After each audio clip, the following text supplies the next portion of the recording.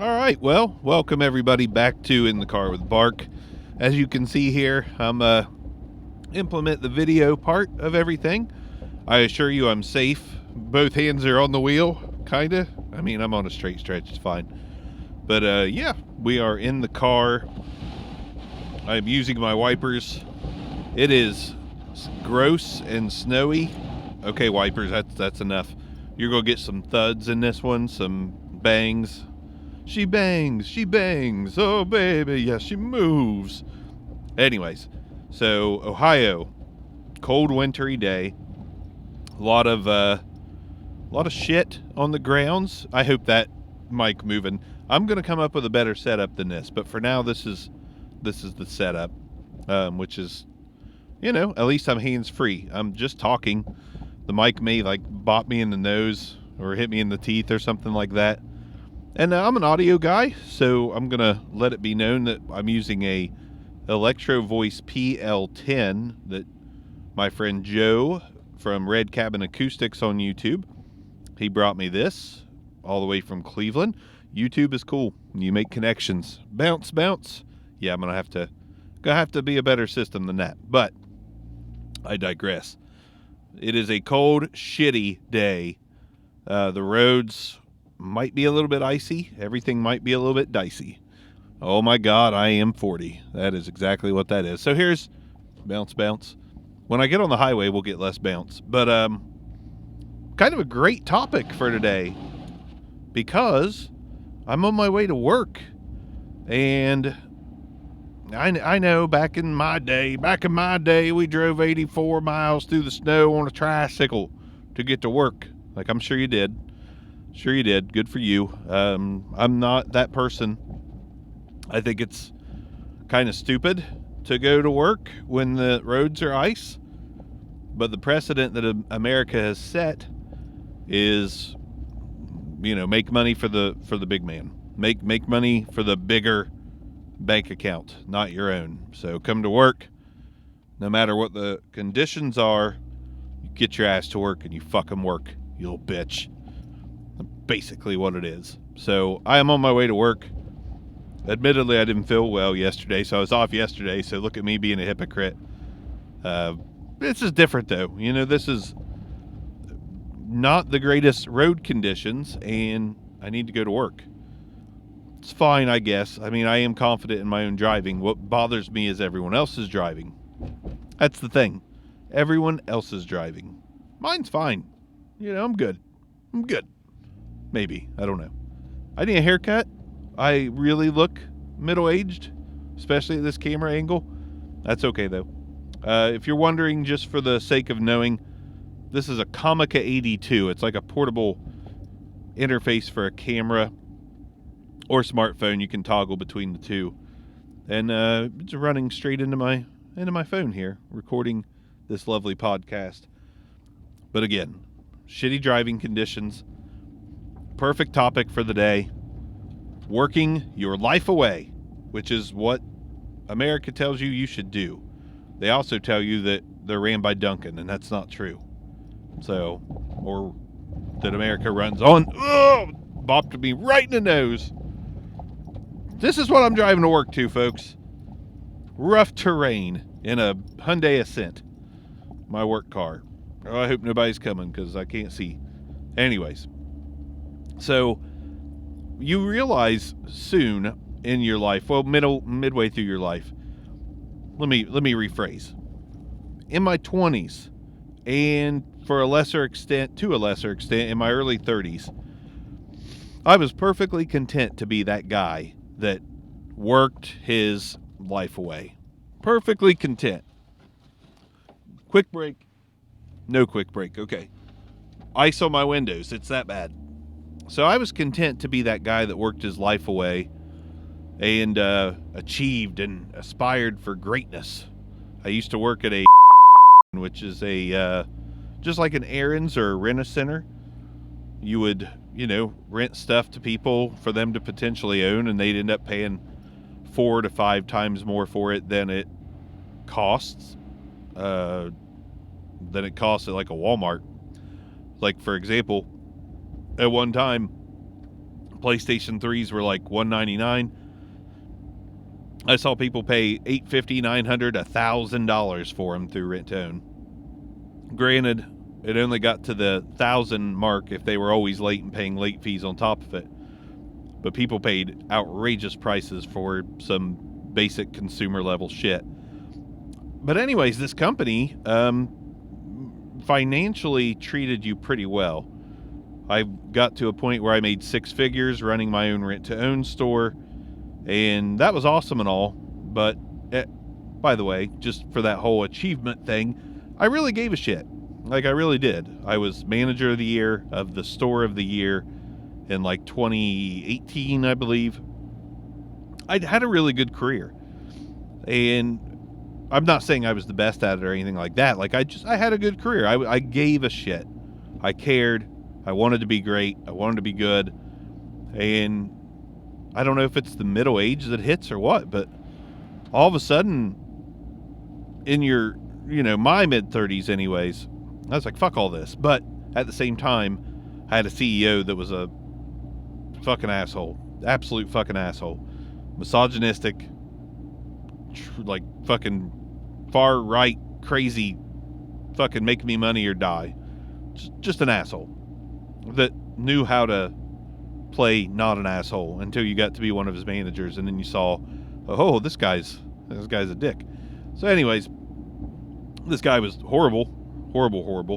Actually was, I won't get into that right now. Maybe some other time. Some really low-level shit.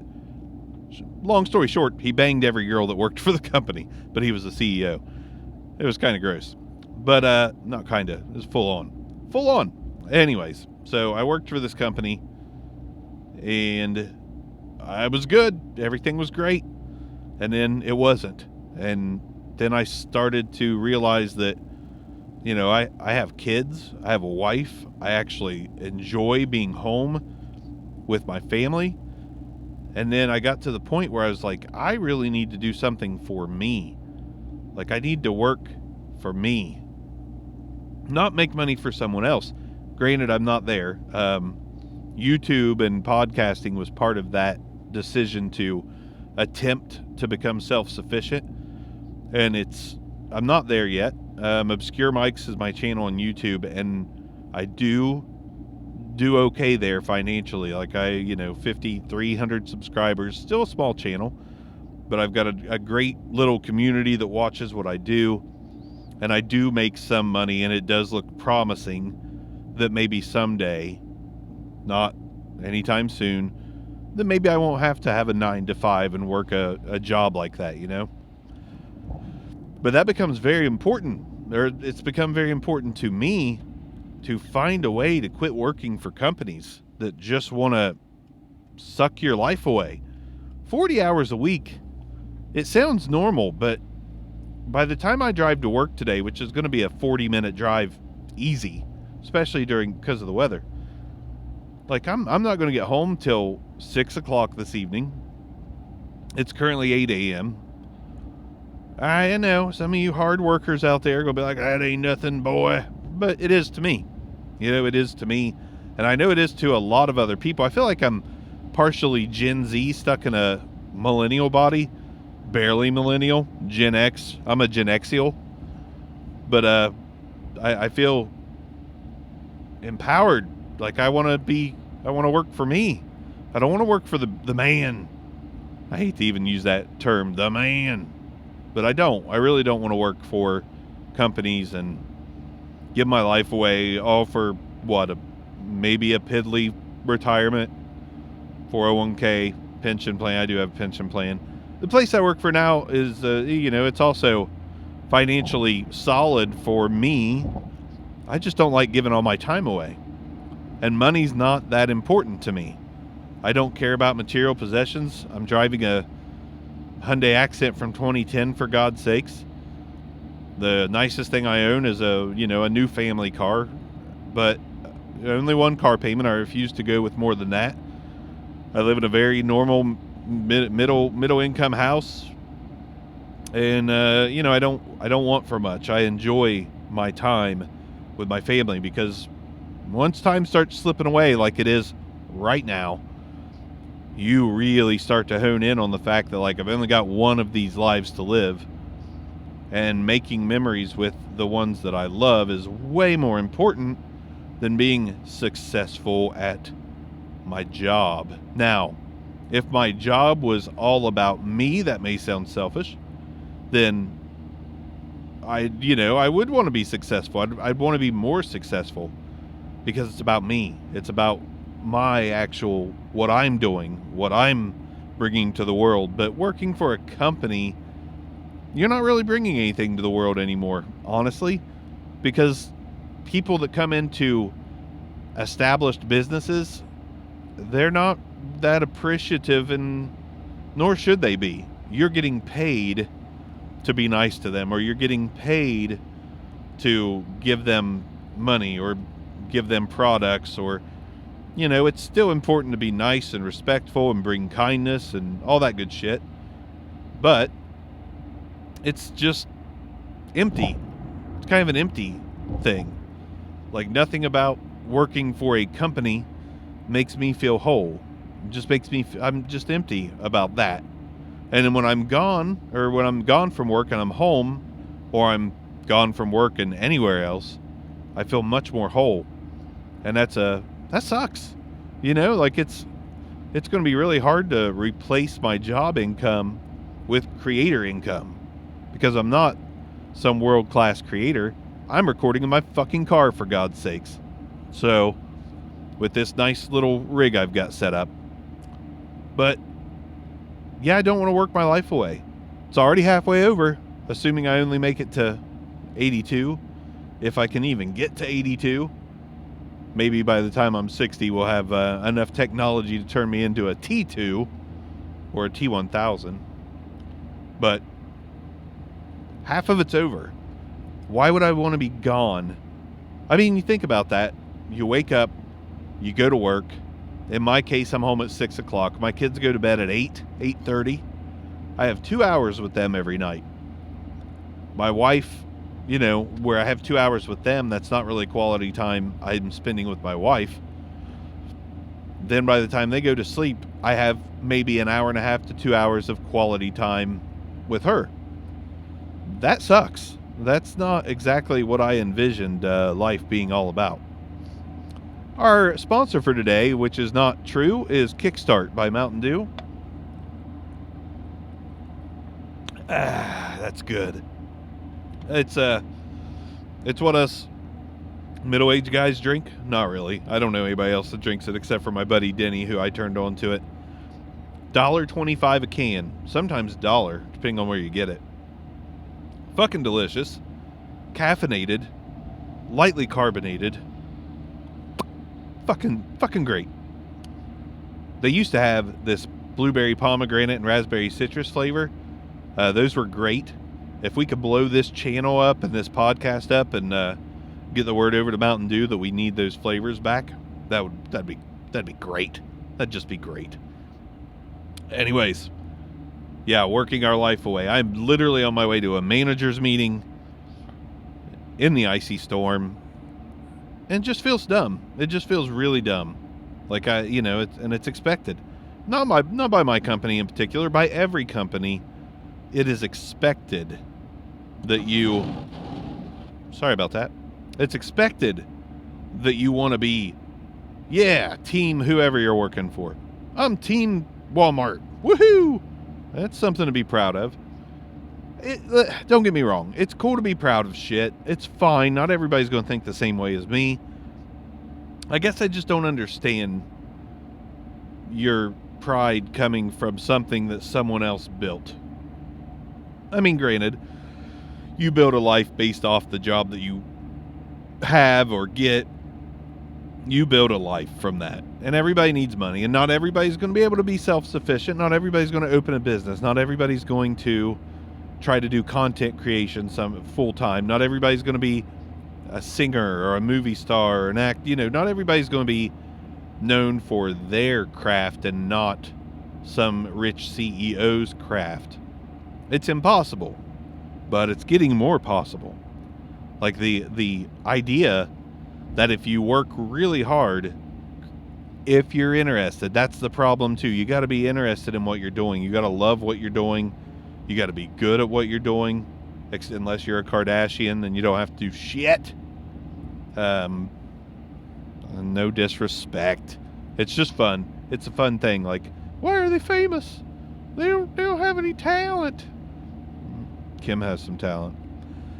But yeah, I just don't love. It's just what America's bred into us. Is that we have to be this piece of the machine. I don't like that. I don't like that at all. I also grew up on punk rock, so I am a bit of an anarchist in a way. But I really just don't like the idea of it. And it makes perfect sense. Because again, it's not possible for everyone to create their, to make their mark on the world as their name. It's just not, it's unlikely, and it's not that possible. But those people that really want to live life to the fullest and have something to be happy about, which is another thing that's hard to find. Happiness is extremely difficult to find. Really, really tough to find. I didn't find it till I was in my 30s. Before that, I just kind of convinced myself I was happy here and there. But yeah, I'm sitting here preaching to no one really. Only the people that really are questioning what life's all about and how to best spend your time on this earth. That's really the only people that are feeling me right now, I'm sure. Cletus and Velveeta down the street are like, I'm perfectly fine with working at the gas station. Man, I wish I was. I really do, because it would make life easier. And I do. I really do wish that I was more of the mind that I could just be happy doing whatever. I really wish that. I would love to be living in bliss, working for a rich CEO. I would, because it's really hard to try and do otherwise. It's extremely difficult. I've been doing YouTube and podcasting for little over 4 years, just a smidge over 4 years. October of 18 is when I got the bright idea to do a fantasy football podcast, it worked out pretty well. Got paid a little bit, had fun. It led me to what I do now. It led to this, technically. Took my hands off the wheel, I'm sorry. But it's a long road, and it's not exactly fruitful without the perfect stroke of luck or the perfect work ethic. And the problem there is, how do you work on these things fully? How do you give it your all when you have to go somewhere for 40 hours a week? Again, I'm not blaming the corporation. I'm just saying it's extremely difficult to make shit happen when your time is limited, because I don't have the time to do what I want to do. There's so many more videos, probably more podcasts, more everything if I just had more time. But alas, I do not. I do not have that time. And that's what sucks, because it's ticking away as we speak. While I'm driving here, I could be doing something that's more for me. I could be, working on that next video, working on that next podcast, working on making my actual mark in this hellacious landscape called Earth. It's rough, man. Let's switch gears, though. I'm not going to just pound you into oblivion with anti-corporation talk, because it's what the world's built on. The world's built. We need corporations. We need businesses. We need those places to give your everyday human being a job and a way to live. And I just wish it wasn't so time consuming. Like, if I just worked 8 to 12, no big deal. It's all good. I'll work 8 to 12. Fuck yeah. 4 hours a day, no problem. I can give that to a company without feeling like I'm wasting my life away. I can do that. For real. No problem. That's not the case. Let's switch gears in a big time hard way. I've got like a sports podcast kind of thing. And I don't record episodes for it a lot. But my God, I live in Ohio. I'm only a couple hours from Cincinnati. I'm sure you know where this is going. And people are upset about that Bengals and Chiefs game, and it's rigged, the officiating's terrible, yah. And it does kind of seem to be, honestly. For the first time in a long time, I am starting to really believe that, game situations could possibly be tampered with for sports betting purposes and, whatever other purposes the NFL wants to make of things. But you know what? That's part of the reason why this year I really took a massive step back on sports. That is another time waster, in my opinion. A game, a sports ball game, it's fucking 3 hours. It's long, really long. That's a lot of time wasted. Now, again, I understand that some people just fucking love it, and that is fine. I used to love it. I played fantasy football for like 20 plus years. I was really big into sports, but all of a sudden, this whole shift, like me being middle-aged, I guess you could say this is my version of a midlife crisis, which is not so much a crisis but an awakening, is that I no longer want to waste my time viewing content, sports, aka sports, that I have absolutely no control over, nothing to truly gain from. It's kind of like a drug. Like, you get your fix of the NFL or your fix of college football, but it goes away. When your team wins that big game, it goes away. Like, once it's over, it's over. You may feel good about it for a day. If you win a Super Bowl or a national championship, your team, I tell you what now. You may celebrate internally a little more than that, and externally. But for the most part, it's a quick fix. It's a quick little boost of joy. And it's, I don't know, it's not really doing it for me anymore. I guess I need to move on to bigger, harder drugs like podcasting and YouTube.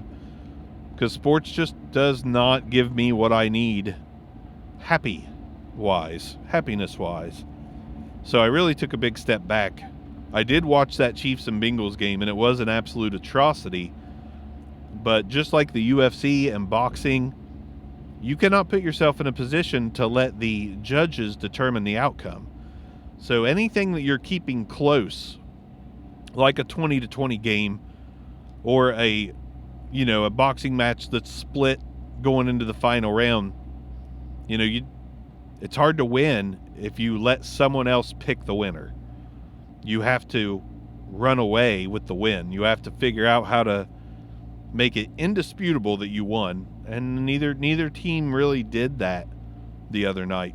So the judges came into play.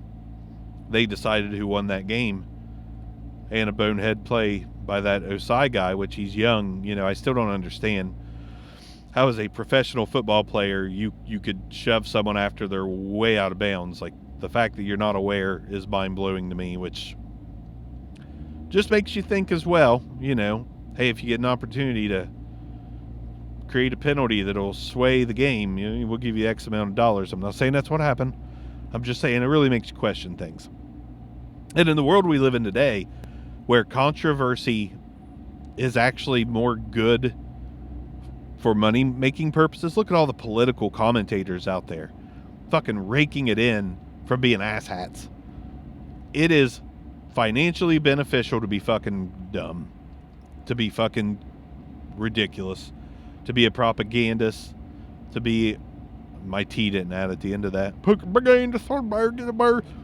It's more beneficial to be a terrible human being. That's where we're going with this. It's more beneficial financially to be a terrible human being than it is to be a good one. Little alarm there. But yeah, it's what a world we live in, I definitely sound like the old guy now. 100%. Live in a world where these whippersnappers can be dick dumb fuckers. Sometimes I get tripped up. I am also focusing on the road. But yeah, it sucks. It sucks being that guy. It sucks being that middle-aged guy who's stuck in his generation. Another podcast, cheap plug. YouTube channel as well, stuck in my generation. I'm pitiful, I know. I'm just trying to live the American dream, damn it. I want to be self-sufficient, do everything for me, not for a company. But NFL, back to that shit. Like, the depths of which 2023's dumb goes. That Damar Hamlin guy from the Buffalo Bills who got injured, really injured, taken out on stretcher, collapsed on the field. But social media, which is fucking right there at the root of all evil with religion and money. Social media had a lot of folks saying that Damar Hamlin had been cloned. You know, we cloned him. We didn't make a baby. We just cloned an adult version of him. You know, we just went ahead and turned the easy bake oven up to adult, and out popped Damar Hamlin. Like, come the fuck on, people. Like, I'm sure there's a lot of shit we don't know and a lot of shit that we're naive about. But man, to go on social media and just spit your theories of which you have no grounding on except for grainy videos on the internet. We have HD, we have 4K. Smartphones take brilliant video. See? But we go on there and we spit dumb conspiracy theories over grainy videos that could be so easily altered. So easy. Most altered videos, if you really want to try to pull something off, not for like an actual smart production, but if you want to try to fool someone, you make it grainy. It's harder to pick out the flaws in a grainy 1990s style video. And that's exactly what happens. Like Facebook and Twitter, you see all this conspiracy shit, and like, oh, I caught so-and-so red-handed eating a child. Grainy video, edited all to hell. But people don't see that. They just see video evidence. So Damar Hamlin's a clone. You know, we're really fucking stupid, you know? Bounce. We're really stupid. It's mind-blowing how dumb we are. It's disappointing. It's discouraging. It's it's 2023. What happens in 2045? How fucking dumb are we going to be then? Like, I know the cliche's been used a million times, but do we get the idiocracy shoving a triangle block into trying to shove it into a circle hole? Is that how dumb we're going to be? Because we're on a real quick path. But see, and it's a double-edged sword. It's like my generation and the older generation than me, we're the dumb ones. We're the dumbasses. Gen Z, like these kids that are all about love and kindness and acceptance. That's a general statement, I know. But I believe that general statement to be more true than false, because I've met a lot of these kids. I have a 20-year-old son. These kids are growing up around their gay friends, around their, different nationalities, different race of friends. And exposure is what makes you accepting.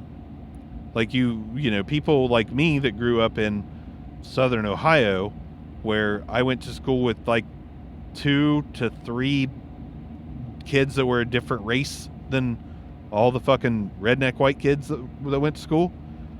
Like, luckily I had that exposure, and like our class was pretty tight, but there was still a bunch of racist fucks and homophobic fucks in school when I went to school.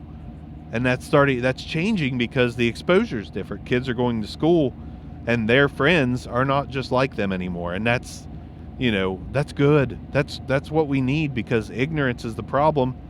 And when you're not exposed to different cultures and nationalities and religions and sexualities, like, you're afraid of everything you don't know. That's not an excuse, by the way, because I grew up and never hated anybody or had any ill feelings. And, and I know a lot of people like me that, just saw everyone as human. So it's definitely not an excuse, but it is helpful. Like, I've seen good people that are misguided and ignorant, sorry to say the baseline of it. I've seen people change because of exposure.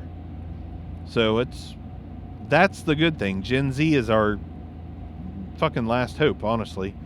It's our last hope for climate change. It's our last hope for harmony and peace. And I hope they bring it in, because my generation is fucking everything up. Seriously. I talk about those kids, and at the same time, parents my age and people my age are fucking up their kids, because it's my generation that's hooked on opioids. And, it's my generation that things are dire. And granted, that is because of our parents. You know, it's just a slow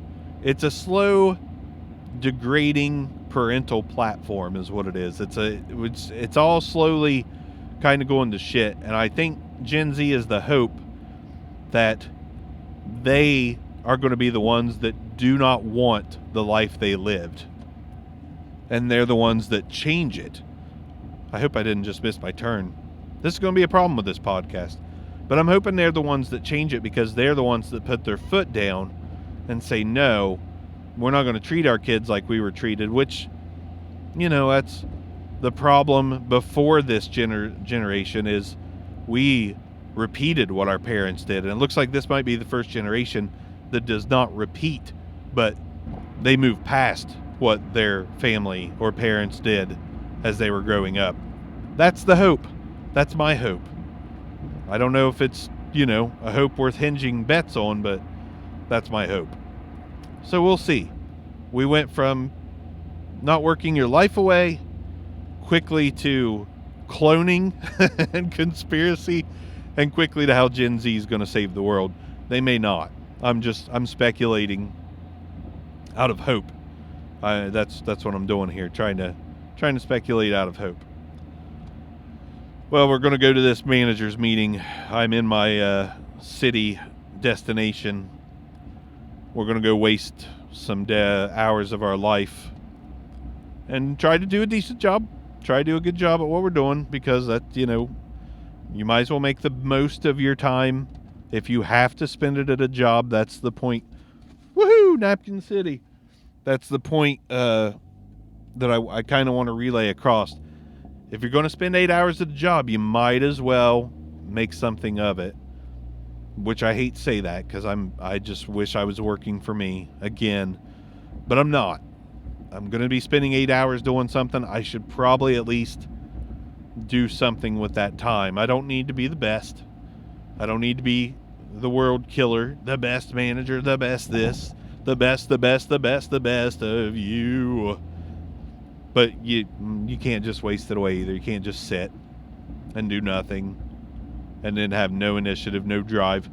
Me having drive at work does translate into me having drive with my content creation. So if I at least feel a little bit good about what I'm doing at work, it does carry over. So that's something to keep in mind, I guess. Yeah. Longest episode ever. Made it past half an hour. My drive is literally half an hour. This is a good way to time my drive, too. This is all just working out for the best. Everything's just working out, I guess. Roads aren't too bad. I'll see you guys next time on In the Car with Bark. Podcast form. Listen to it wherever podcasts are played. And YouTube on my channel, which is just a self-titled Bark. That's me. That's what I go by. I'm that kind of, you know, narcissistic asshole that I go by a Prince-like name. Not that Prince was, he might have been narcissist. I don't know. Bark is my nickname. It is what it is. I'm an asshole or I'm not. It doesn't matter. I'll see you guys next time on In the Car with Bark.